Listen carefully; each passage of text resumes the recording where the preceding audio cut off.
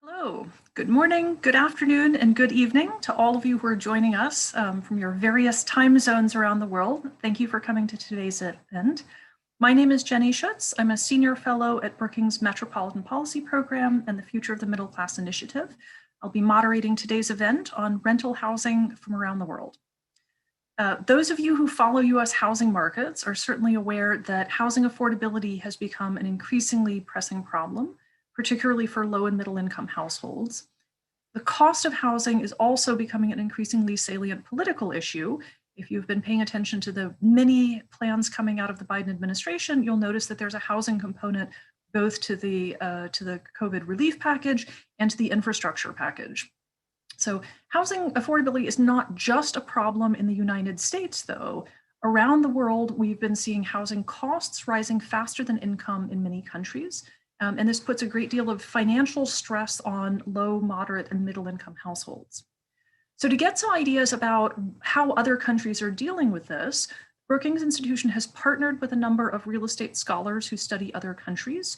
We wanted to get some insights into what was driving affordability issues and how other countries are dealing with it, including different ways that subsidies can be structured, tax policy can be used, and providing protections for renters. So we have brought together a terrific group of scholars. Any of you who've tried to do comparative research on housing markets across countries know that this is a really difficult thing to do. Housing markets are very much grounded in larger institutional and historical context. Things like the rule of law and the financial system and legal system affect housing markets. So in order to understand how policies work, we really need to bring that institutional context to bear on the research. In order to get a sense of what's going on currently with housing affordability and some of the policy responses to the pandemic, we have reached out to a number of really excellent scholars in their own field. So I'd like to go ahead and ask them to turn on their cameras and join us, and I will introduce each of them before we get into our conversation. Thank you. So I'd like to introduce each of the scholars who wrote a case study that forms the basis for today's webinar.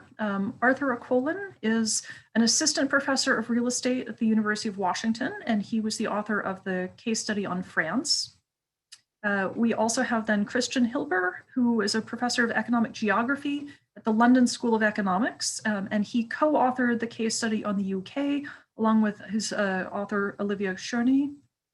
Caroline Schmidt is a senior teaching associate in real estate finance and economics and a Land Society fellow at Cambridge University, and she authored the case study on Germany. Elisabeth Villacadens Marçal is a professor at the University of Barcelona and a researcher at the Barcelona Institute of Economics. Elisabeth, along with her co-author Ghislaine Ouzba, wrote the case study on Spain. And finally, we have Jiro Yoshida, who's an associate professor of business at Penn State University and a guest associate professor at the University of Tokyo, and he authored the case study on Japan. Thanks to all of you for being here today and for your outstanding work on the case studies. Excellent. So for the audience members, we're going to have a moderated Q&A amongst the panel for about 40 minutes. And so we have some questions prepared for that.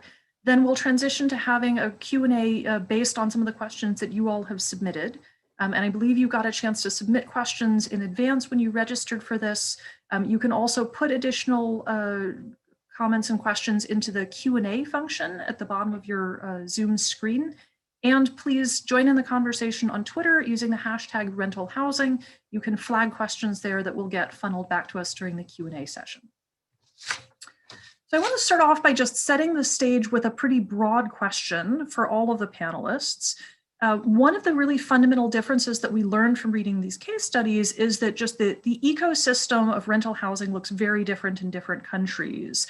So even something as fundamental as who are the providers of rental housing, who owns this, who are the landlords, influences then the kinds of rental housing and also the kinds of policies that countries can adopt.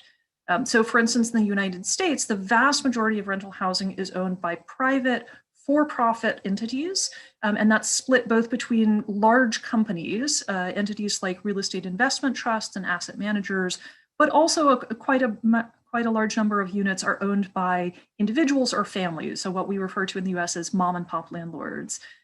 Subsidized housing in the US is a very small share of overall rental stock. It makes up less than 10% of rental homes. And subsidized housing is held both by public entities, local housing authorities, but also by nonprofit and for-profit landlords as well. So this is sort of the landscape in the US, but I'd like to start with each of you just in turn telling us a little bit about who are the major providers of rental housing, who are the owners of rental housing in each of the countries. And I'll start to my left in the Zoom box with Arthur and then go to Elizabeth after that. Thank you, Jenny. Thank you for having me. I just wanted to acknowledge that I'm speaking from the campus of the University of Washington in Seattle. And so I acknowledge I'm occupying the land of the Coast Salish people, including all tribes and bands within the Suquamish, Tulalip, and Muckleshoot nations that have been in the region from historical times. Affordability is a big issue here, but in France, it's a very different landscape. About 40% of households are renters, and among them, almost half are renting social housing that is owned either by public authorities, so municipal level public housing authorities, or housing associations that are public-private partnership, with an important role for employers in financing and managing some of those housing stock. Among the 57% of the rental stock that is owned by private landlords and rented without social housing restriction, about 94% of that stock is owned by small-scale individual or family that are owning less than five units, and also generally own, even for apartment building, condos. So an apartment building will not have a single owners in most cases, but be subdivided between individual owners, which create this really decentralized, diffuse ownership structures that is very different from the corporate ownership structure that might be familiar to US audiences. Great, thanks. Elizabeth, would you like to go next? Thank you very much, Jenny, for having me here today. Let me start saying one important thing for the audience, that Spain is a country with one of the lowest rentership rates along the European countries. Today, less than 1 in 4 households are renting their home. So we are talking about small numbers here in Spain. From these small numbers of people renting housing, a very small part is social housing. This was not the case in the past. I mean, if you go back 50, 60 years ago, the rental market was about half and half compared to the homeowner market. So Spain has been facing a very big change in terms of the amount of people renting or owning their home. So this small market, I would say, this small rental market is basically composed by non-professional landlords. So basically rental housing is owned by individuals. This is changing a bit lately because a few big international companies are entering into the market to develop and manage the rental market in Spain for 2 reasons. Basically, recently, the rental business is more profitable than before. And second, the public sector introduced some fiscal incentives to attract these companies to do business in Spain. But even with these companies running part of the market, they represent just 10% of the rental market, concentrated in the biggest cities and also related to these short-term rental housing markets. So today, still, most of the control of the market in the rental housing is in the hands of these non-professional landlords. Great, thank you. Jiro. Hi, thank you for having me. For Japan, about 60% of housing stock is owner-occupied. So home ownership rate is 60%, and home ownership is supported by public low-interest long-term mortgage program. The remaining 40% is rental housing. And what's unique about Japanese rental housing stock is that they are really small. The average size of rental units are only 50 square meters on average. And the most prevalent type is studio apartment with less than 30 square meters. So actually, I'm using a picture of a very typical studio apartment in Tokyo in my background. It is called a one-room mansion in Japan. It's kind of oxymoron. But anyway, the reason is obviously due to tight land supply, but also it is an economic consequence of strong tenant protection, which I can talk about later. Then among rental housing, public and quasi-public rental units account for 14%. Then those public units are very popular and almost fully occupied. So there's a rationing for those public units in Japan. Then the remaining private rental units, they are mostly owned by individuals. 80% of private rental units are owned by individual owners, and they are mainly motivated by tax advantage. In particular, individuals can get a huge inheritance tax advantage or reduction by owning rental properties instead of financial assets. So that creates an incentive to own rental property, especially a smaller one, as I will talk later. So this is kind of overview of Japanese market. Great, thank you. Christian. First, thank you for having me. So let me start by saying that the majority of people in the UK own their property actually very similar to the US. In fact, the home ownership rate is very similar to the US with 64%. The remaining housing stock is roughly equally divided between social rental housing and private rental housing. And the landlords of the social housing stock are either so-called local authorities or councils or housing associations. And housing associations are private, non-profit organizations that receive public funding. And on the private rental side, the landlords are typically individuals. Roughly half of these individuals purchase these properties via buy-to-let mortgages.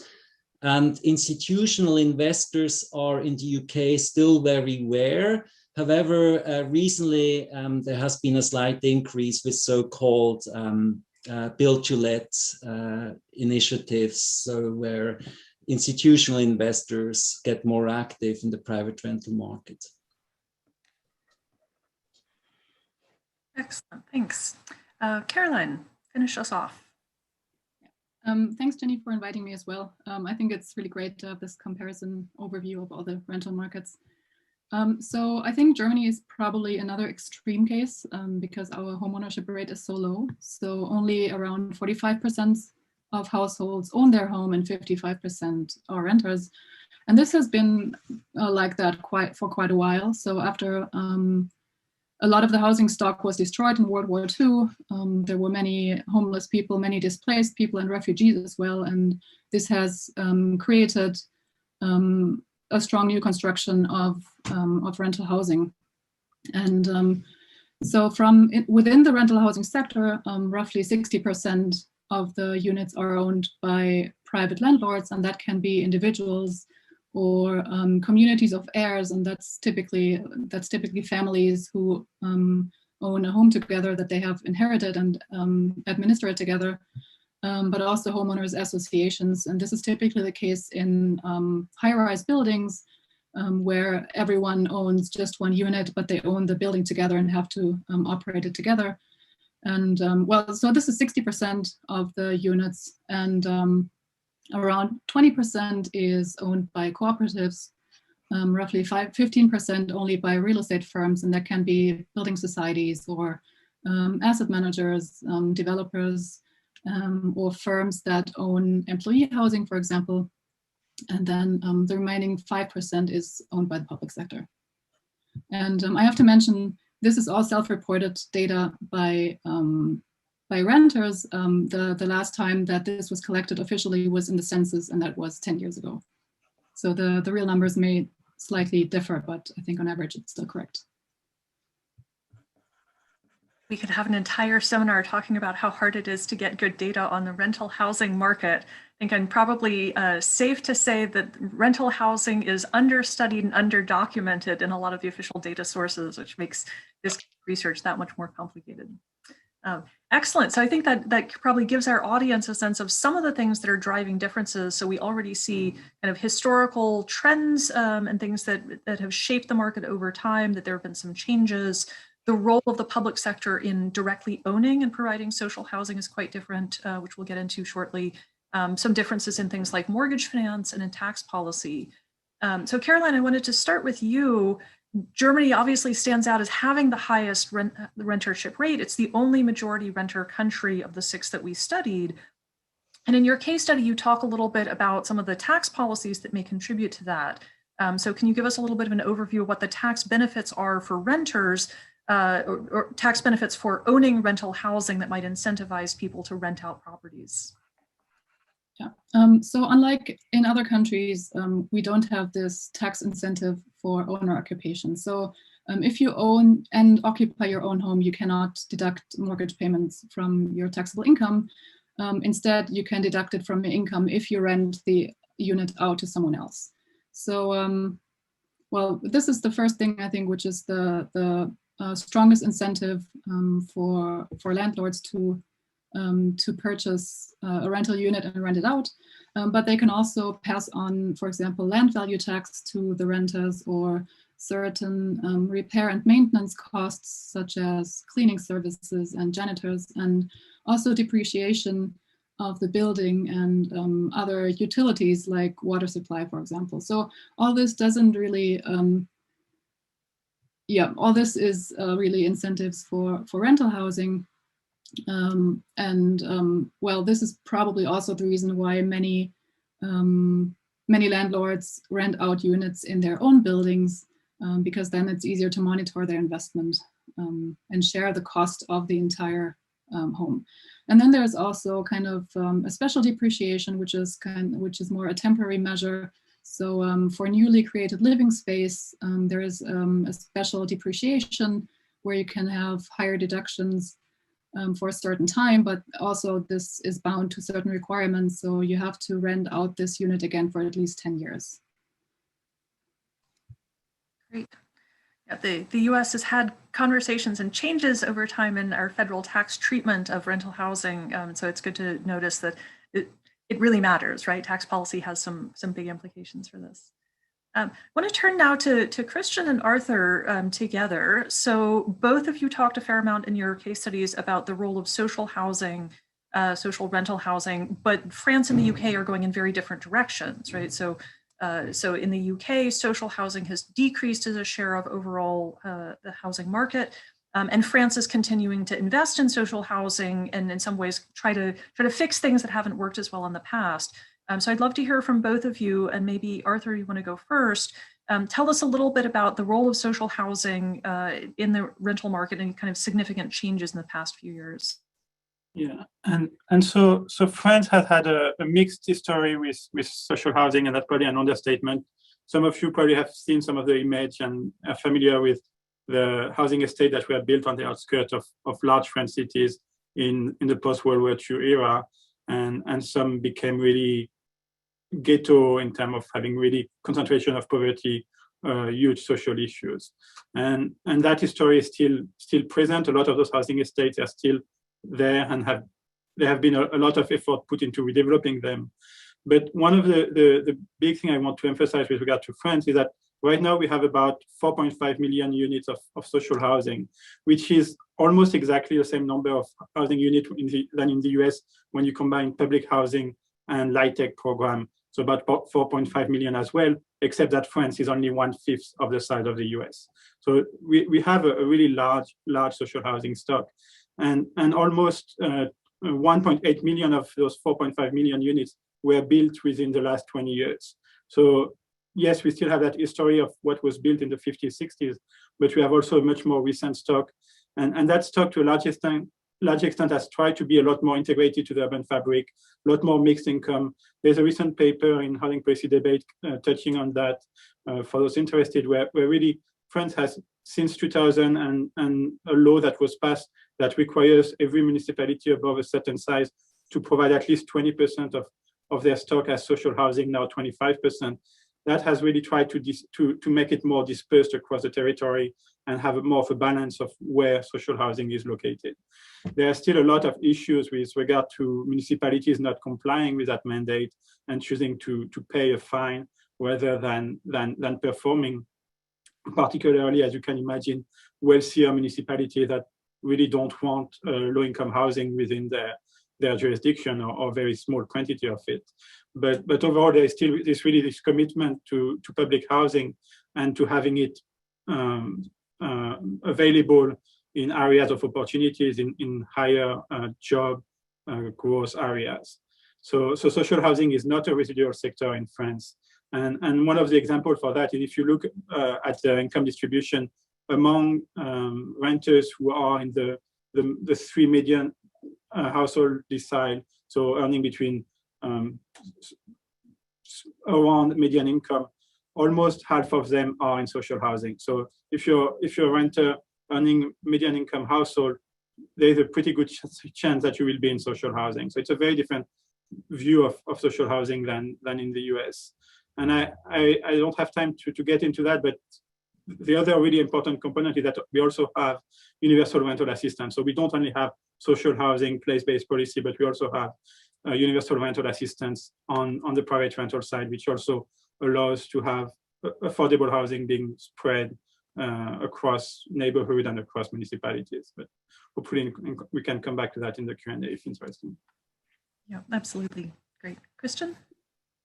Yeah, so the story for the UK is different, as you already mentioned. So in the UK, social housing actually increased in importance until 1980. And in 1980, roughly 1/3 of the entire housing stock was social housing.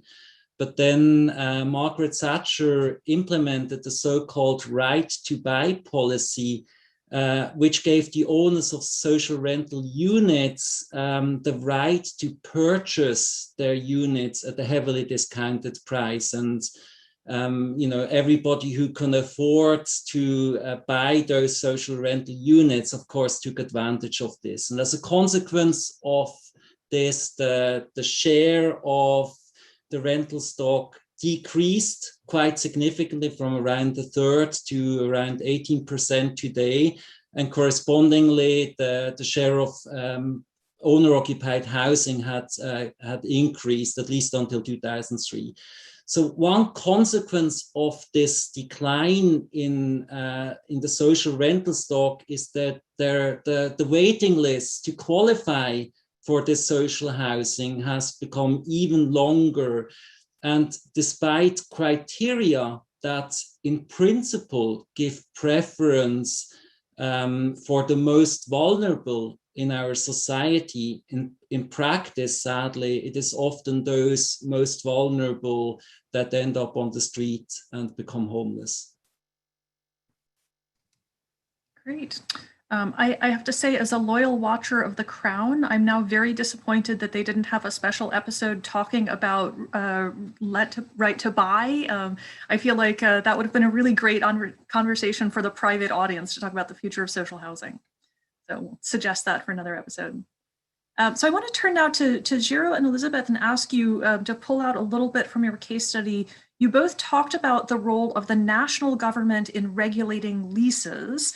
And some ways that either currently or in the past, Spain and Japan have made it hard for landlords to end a lease, even when the lease sort of seems to come to an end. And so the difficulty of kind of completing a relationship and turning stock over. So I wonder if you could talk a little bit about how that happened, and then maybe explain some of the incentives that creates for landlords. I can start if you want, Jenny. Okay, so as I told you, in Spain, the rental market is kind of small, but it was not the case in the past. But the role of the public sector has been basically regulating the market, not investing $1 on building new housing for public renting. Okay, so the regulations were like, in my opinion, we have seen a collection of failures, laws trying to organize the market and not being successful. For example, I can go back to the 60s, where as I told you before, the rental market was not that small as it is today. And there was a law that was protecting the tenants like forever. So the law requires the landlord to extend the lease until the tenant dies, or if he wants. And after the tenant death, the spouse or the children can assume the lease. So in the end, this was a disaster because this decreased a lot the profitability of the landlords. So the supply of new rental units was basically decreasing a lot. 35 years later, so during 25, we got this fantastic law that protecting, like, in my opinion, too much the tenants, so supply of rental housing going down. So they changed the law, they removed this mandatory extension, and they started kind of a crazy collection of laws saying then the lease could be an agreement between two parts, and now the lease has to be 3 years, and now 5 years. So in the end, the years were passing by, the amount of renters were going down, and we arrived until the year 2019, where they decided again to make it difficult not to get the tenant out, because now the lease are controlled, so they have a duration, but they started with the other side of the story, introducing rent control. So we started with the lease control, and we finished the story of Spain with the rent control, that if we have time later on, I can tell you about how is working in Spain, this new invention on how to not spending $1 on the rental market, but trying to regulate it like crazy with not a successful story, I would say. Great, thanks. Shiro? Yes, like in Spain, Japanese legal system also provides strong tenant protection. In particular, there are two types of lease contracts: ordinary leases and fixed-term leases. And the most common ones are ordinary leases, and they provide strong tenant protection. For example, even though there's a contract term, tenant can renew a lease indefinitely, or tenant can terminate the lease in the middle of the lease contract. In contrast, a landlord cannot easily terminate the lease in the middle or even refuse renewal, because in order for a landlord to refuse the renewal, they have to file a lawsuit and establish a just cause at the court. That's really, really difficult. And furthermore, renewal rents for sitting tenants are typically very low, much lower than the market rent. So that creates a very similar situation as in rent control in the US and other countries. So there are several important consequences out of that tenant protection. First, a property owner is really cautious and concerned about the sitting tenant problem in renting a property to someone else, right? So when a tax-motivated individual starts to build rental properties, they try to select a particular kind of tenants who are not likely to renew leases, meaning that those tenants are college students, those tenants can be young professionals. So in order to attract those short tenure tenants, they build studio housing. So the supply of studio housing less than 30 square meters is huge in Japan in order to avoid sitting tenant problem. That creates a weird supply demand mismatch problem in Japan. So that's a tenant protection situation in Japan. Yeah, that's fascinating how the regulation of leases, and I hadn't thought about it until your case study, that long-term leases, in some senses function like rent control, right? If you can't increase the rent that much with a sitting tenant, you have to wait for it to turn over. But if the lease can be extended indefinitely, then you never actually get a chance to raise the rent. So it's sort of backing into rent control. Excellent. So I want to ask one more question of all of the panelists, and this is you get to put on your imaginary hat. So we're going to pretend that each one of us gets to be the housing czar in charge of housing policy for your country, and you're given a magic wand that you can just wave and change any of the policies that you think are most essential that would make the rental market work better. So one or two things that would make a real difference to the market. And we get to pretend that we don't have to worry about political concerns and we don't have to worry about money. We just get to change policies the way we as economists think they should work. So I'll give an example for the US. There are two things that I think are most important to make US rental markets work better, both for tenants and for landlords. The first is to loosen the zoning regulations, the local government laws, which currently make it very hard to build multifamily buildings that provide a lot of the rental housing. So we need to make it easier and faster and cheaper to build apartments, particularly in the places where there's very high demand and people want to live there and there just isn't enough supply. And that should be paired with something that Arthur mentioned earlier that's common in France, which is providing rental housing to all low-income households as a matter of right. So currently, Congress has an annual appropriation, decides how much money to spend on household-based rental vouchers, and most people who qualify don't get a rental voucher because they run out of money. So if we allow more supply and give money to low-income households, that would substantially alleviate a lot of the housing affordability problems in the US. So we'll go in reverse order on this one. We'll start with Caroline and then Christian. Okay, so I think I agree with you that building or construction should be made raised more quickly. I think in Germany the total number of dwellings is sufficient. The problem is just that they're in the wrong place. So the literal translation of real estate in Germany is really immobile. And if I could use my magic wand, I would probably just take the homes that are in the wrong place and just put them where they're needed. Even though I don't think this is what you actually meant. So I would probably also say that new construction has to happen more quickly. So the building code in Germany is far too complex. It's much too strict. I think there are other countries that make that much better. For example, the Netherlands. And also land is too expensive. So if we could build more housing more quickly, this would help a lot, especially in the urban centers where most people are really moving at the moment. And my other wish would be to have better data on not only on the rental market, but also on the owner-occupied market, because this, I think we have even less data for homeowners than we have for rental markets. And it would help tremendously to make better policy recommendations if we just had more information about who lives where and what kinds of investors are active in the different markets.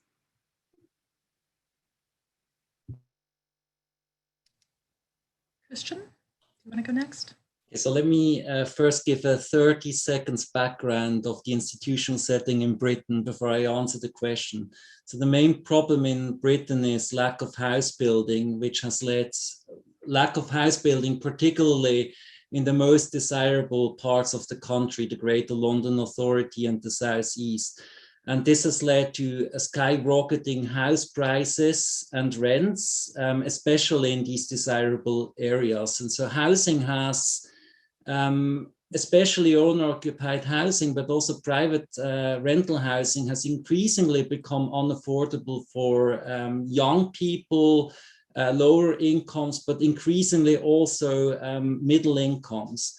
And the underlying cause of this is arguably a dysfunctional planning system and a tax system that gives virtually no incentives to local authorities to permit residential development in the first place. And then together with NIMBYism, this just leads to very little new construction.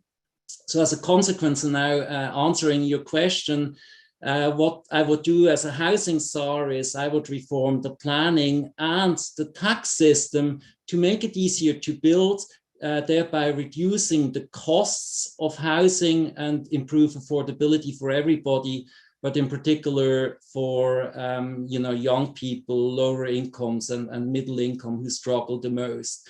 And if I may add, on the rental side, I would actually slightly improve the protection of private renters without actually introducing any kind of strict rent controls. I think that's, I wouldn't want to go nearly as far as Spain or Japan, but there is somewhere an optimum. And in England, one issue, or in the UK, one issue is that there is virtually no protection of renters. And I think there is somewhere an optimum, and the UK is to the left of it. And we should move a little bit more towards protecting renters. The idea is to make the long-term rental option more a better alternative. and at the same time not to disincentivize landlords to provide private rental housing in the first place. And just to be clear on this, I would opt to maintain social housing and or social benefits for the most vulnerable of our society. Thank you. Yeah, no, it's a great point that there is essentially this balancing act between providing enough protection for renters, particularly the most vulnerable renters, without making rental housing financially unattractive to landlords, right? So there's definitely a spectrum there. We get the sense that every country is trying to find its place there. I may come back with a follow-up question on property taxes, because it's not something that we talked about in the case studies, but I want to do a quick survey later. But why don't we go to Jiro next? Okay. Yes, for Japan, I would definitely change the balance of tenant protection. As Christian emphasized, probably the ideal or optimal point is in the middle of no protection, the heavy protection. And so on the one hand, tenant protection provides stability and security to renters, and it's good. It's an intention of the legal system. But on the other hand, in equilibrium, strong protection results in undersupply of rental units, especially for families, right? So in Japan, a family doesn't have many choices other than borrowing money and owning a house, because there aren't many rental housing provided for families, right? Then borrowing is not necessarily a happy solution to those households, because mortgages are recourse in Japan, and that's a really heavy burden to those households. And also, there are so many vacant units wasted or unused because they are concerned about sitting tenant problem. So there's a waste of resource and mismatch of stock, supply and demand for housing. So instead of imposing universal tenant protection, it would be much better to have the transparent pricing of many of the contracts, like with a better protection of tenants or longer lease term, or renewal rights without renewal rights and so on. Then if we have a different pricing for those, then that would create a much better or more complete market for rental housing. That would be my recommendation. Elizabeth? Okay, so thinking about Spain, if I see what's going on, I mean, after 2015, we have seen an important increase on the rents, because, I mean, it was more difficult to get a mortgage to pay a new house, and also young people have less stability on the job market. So more people wanted to rent, more demand, and the supply was not growing at the same path. So the point is that we need to increase supply as much as possible in the rental market. So, and because we need to increase supply, I would say that the public sector is the one that is in charge to providing now forever social public housing, because we don't have, I told you that it was less than 2%. You told us there's not a money constraint in this policy you are now creating. I would say produce, build social housing in Spain, because it's what we need, because the people that was more affected by this increase in the prices was, of course, young and low-income people. So they need social housing. If we don't have this big amount of money to build the housing, we can be creative and invent some fiscal incentives for the new tenants to provide new units and to arrange not so high price for a long-term lease. So we can be creative with this. This would be my thing, increase supply basically from public money and create new buildings. And second, going back to Jenny's point about zoning, about land use policies, in Spain, we also have some problems here, as all of us we have. The land use policy is in hands of the tiny municipalities. We have more than 8,000 municipalities. Each one does what they want, and we need coordination. So another thing that I could do if I was able was try to motivate coordination or make it compulsory, because you cannot imagine how difficult it is for these tiny units to decide which piece of land is developed, which other is not developed. And in the end, it's not an efficient market of providing the land that is needed for this new housing to be built. Great. Arthur? Yes. So France, one of the things is already spending a lot of money on rental housing, which is really a big difference from the US. And so I wouldn't probably want to increase how much is spent on public housing. We are currently spending about 1.5% of GDP on rental housing, both public social housing and rental assistance. That's about 6 times as much as what the US is allocating to all rental housing programs as a share of GDP. And so there's a lot of money spent on it. And there are some results that I think are pretty good. Like if you look, for example, at rent burden for the lowest income quintile, about 20% of private sector renters cost burden in France. It's more than 50% in the US at the same income level. So there are some outcomes I think that are pretty good from that spending. We also have pretty stable renters. On average, the median length of residence is 6 years in France. So it's about 3 times as long as in the US. So the outcomes I think for renters are pretty good. But there are still also a lot of things that are not working on the regulation side. And so enforcing the SRU law that requires to have at least 20 or 25% of public housing, particularly in tight labor market, tight rental market, I think is really important so that you have affordable housing in areas of opportunities. So that would be one. And then the second one, France still pretend to be a race-blind country and doesn't recognize discrimination based on origin. And so taking more steps to making sure that both private and public landlords don't discriminate based on origin would be another step that I think is really important. That's not something we really discussed in some of those case studies, but is really important.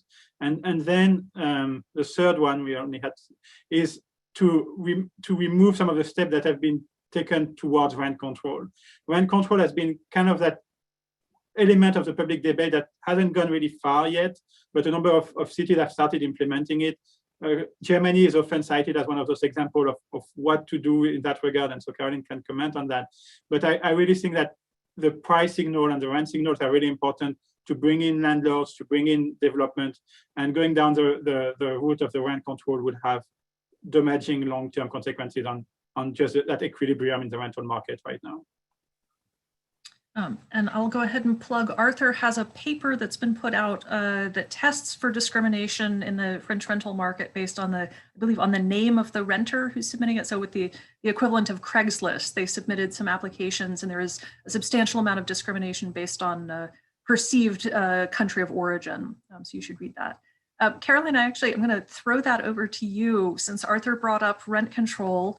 And Berlin's rent control program has been making news in the last week. So do you want to give us a quick recap of what the setup was and what's recently happened from, I believe, from the court cases? Yeah.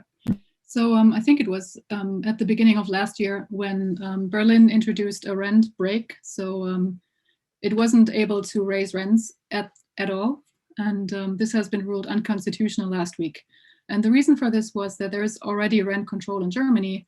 And so there cannot be additional rent control on top of this. And well, the policies that we have in place already, that's also kind of a rent cap, and it implies that you cannot raise the rent of your lease by more than 10% on top of the local average rent index, let's say.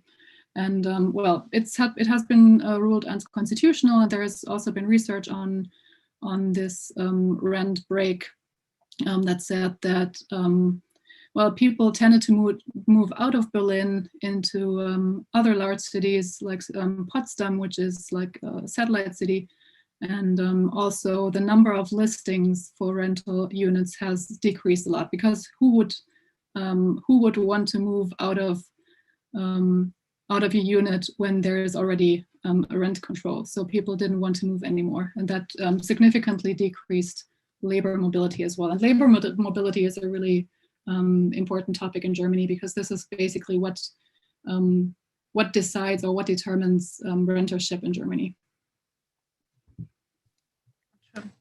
I want to go back to a topic that Christian had brought up. He raised the issue of taxes and incentives for local governments. In most of the countries, local governments have at least some authority over allowing properties to be built or not built. In the US, this raises some real issues too. New housing is perceived as a fiscal burden on local governments because local governments are responsible for paying for services. In particular, schools are mostly funded by local governments here. And so the perception is if you build a bunch of apartments that bring in families with school-age kids, that has to generate enough in locally collected property taxes to pay for the cost of services, right? So there's a real tension, particularly about providing family housing for lower income families, and that creates at least some of the pushback. We can distinguish a little bit between NIMBYism, not wanting low income neighbors, versus a local government worried about the fiscal consequences. So I'd be curious to hear each of you talk about, is housing considered a fiscal burden on local governments, or do you fund public services differently, and does that somehow alleviate the pressure? And Kristen, I'll throw it to you first since you raised this. Yes, I think this is a really important point because if you look at the UK, the problem, or one of the key problems, is that local authorities, they have all the cost of providing infrastructure and local public services. If you allow a bigger housing project in your local area that makes the school catchment area smaller, it leads to more congestion in the road, it leads to more pollution. NIMBY residents don't like it. And then on top of that, local authorities have all the cost of this development. They have to provide the infrastructure and the public services, but they have very few benefits. There is a council tax, but it's a very small tax. So essentially, local authorities have disincentives to permit development, and that's one of the issues because they have the power to permit the development. And as a consequence, you see very little permission to build residential housing.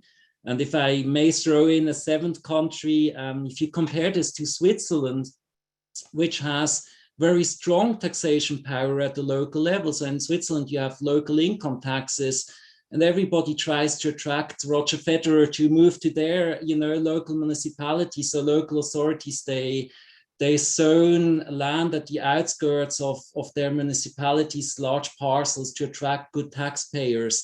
And so this is really important. In Switzerland, this has led to a perceived sprawl problem, and policy is trying to tackle the sprawl problem.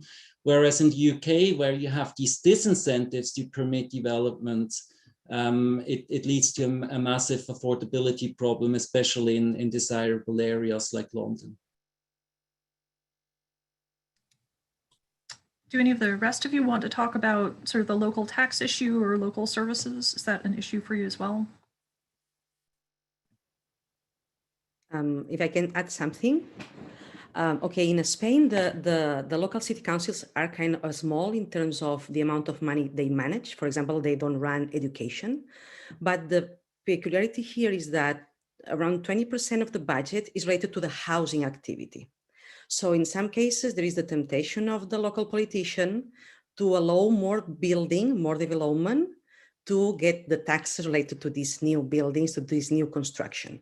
And we did a paper some years ago trying to understand the housing booms and bust at the local level. And it's clear to see how some local authorities took the wrong decision, increasing the amount of development they allowed to pick the money related to construction. Then they hire more people. And when then the crisis came, they were in trouble. Some of them were bankrupt because they were not able to keep the city council because they grew too much. So in Spain, we have this, and we are talking not about big amount of money, but the proportion of the budget is very related to this type of activity. So this is kind of a problem sometimes in Spain. True. I would add a perspective from Japan. Japan is a fast aging country, and the concern by local governments are not really the burden by school system and so on, but a shrinking population in regional area. In Japan, still population are migrating into Tokyo, meaning that other regions have a severe shrink in population. So they like to increase, they like to have houses, they like to have population. And then local governments, yes, tax revenue is coming from property tax for local governments, but in Japan, tax rates and tax assessments are governed by the national government. So each jurisdiction doesn't have any discretion on that part. So that's not really a big issue for local government. So, you know, they don't have any choices and they just want to have more population. It's really fascinating to hear that there are countries where property taxes are set at the national level and that there are places where the national government pays for schools. That's sort of the, you know, baked into the US housing system and creates a lot of these distortions. So we had a question from one of the audience members asking about sort of the distinction between the kind of small individual landlords and the larger corporate landlords in countries where both of these exist. Sort of how different are these sectors, right? So in the US, a lot of it comes down to the size of the property. The really big multifamily buildings tend to be owned by large corporate owners, REITs or asset managers. And you know, smaller individual mom and pop landlords tend to own small buildings, single family, you know, 2 to 4 family primarily. And so then that sort of takes you down the road of the buildings are different, you know, the amenities they offer are different. But I'm curious, in other countries, you know, how different are these sectors? Is the individual landlords and the corporate landlords, do they really have different products? Let me start. In Japan, what's interesting is that individual property owners are motivated by tax incentives. So their pricing is very different from professional investors' pricing. So individual owners are willing to pay high price. That creates a really low investment yield for properties. So recently, REITs are trying to increase their portfolio in apartments and residential properties.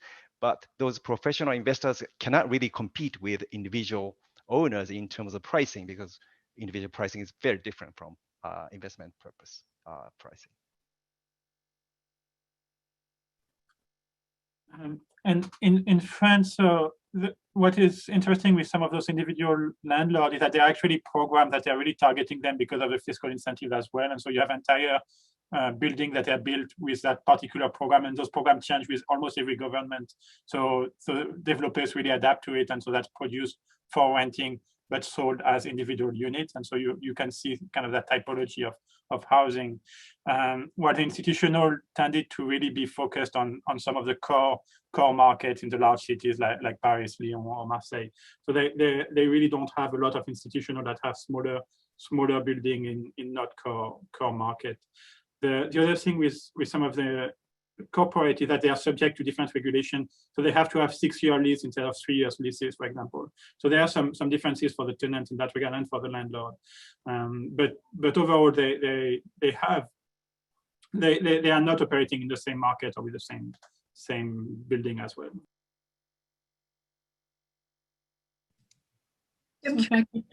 Go ahead. Yeah, so in Germany, we private individuals really have different products than professional landlords. I would say that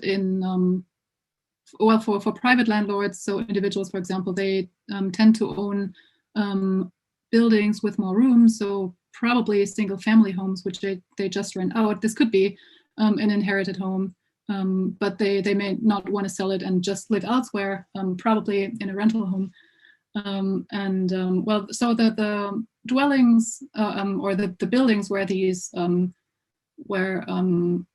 private individuals own rental homes tend to be the buildings tend to be smaller. So typically the real estate firms own units in high rises. For example, in Frankfurt, all the new construction in the city center is high rises, and these are all constructed by professional landlords.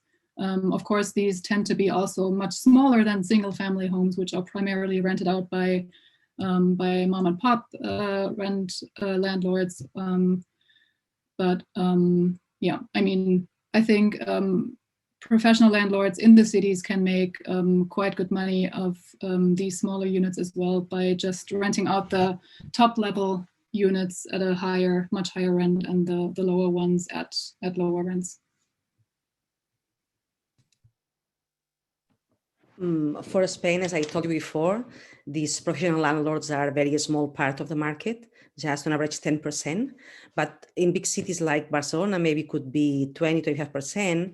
And usually the way they work is that these international companies, they buy the whole building, they renew the building, and they open these new flats, fancy flats for the new tenants in the city. And as I told before, sometimes this is related to these short-term rentals. So it's a different type of, the tenant is not the same as the one that is usually renting from an individual owner. So I'm curious, a couple of the countries have different also lease structures, right? So in the US, the standard is a 1-year lease, and then you renew for another year. Jiro, you had talked about there are 2 different kinds of leases in Japan, both sort of a more open-ended and a fixed term. In your countries, if there is a multi-year lease, how does that typically work with rents? Is there a rent increase that's built in? So sort of like, corporate leases in the US, like a retailer office, you would have a stepped up increase that's agreed on or linked to an index. But for multi-year leases, how does the rent work?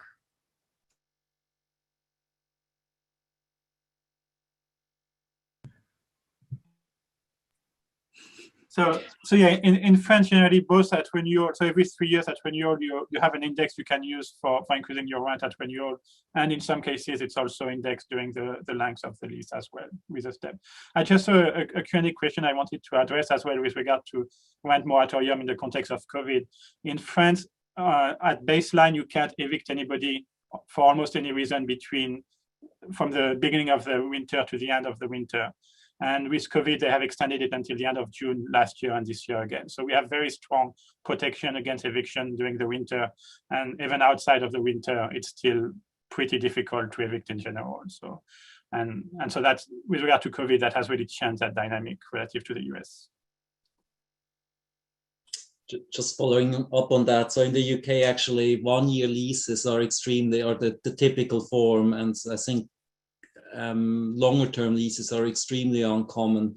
And I mean, that's why I emphasized renter protection a little bit, because that has caused a lot of problem, in particular because most of the private rental units are owned by landlords who own only one single unit, and they're often not very well trained and don't know the laws very well. And so, you see it sometimes that landlords increase the rent massively from 1 year to another due to personal circumstances and things like that. And but just following up, like when COVID hit the country, the government also introduced protection of eviction so that this can't happen.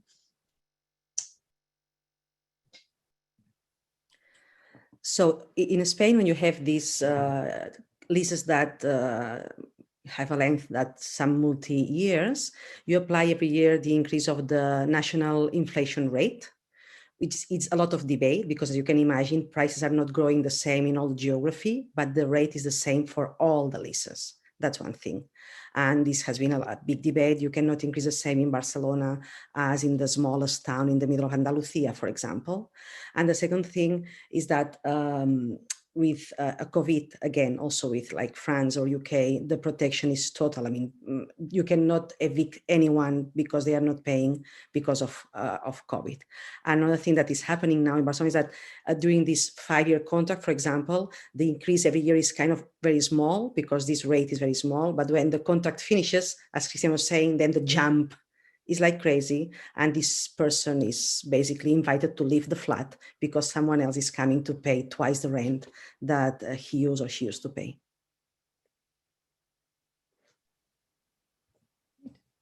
Yeah, in Germany, we also have these open-ended contracts, and rents can increase, for example, with the CPI, or if there have been major renovations, and even under rent control, rents could increase by a certain fraction. It's limited to, I think, 15% over 3 years.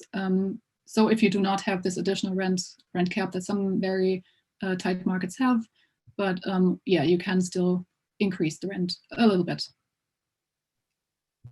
Excellent.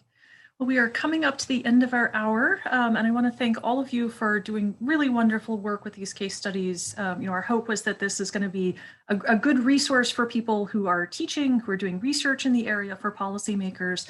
But we felt very strongly that having some comparative information that kind of lays out the structure would be really useful to a lot of readers. Thank you guys for taking time out of your various mornings, evenings, all over the place to come and join us. I want to encourage the audience to read the full case studies. These are very detailed. There's a lot of really rich information that we didn't get a chance to go into. So please do go read those on brookings.edu.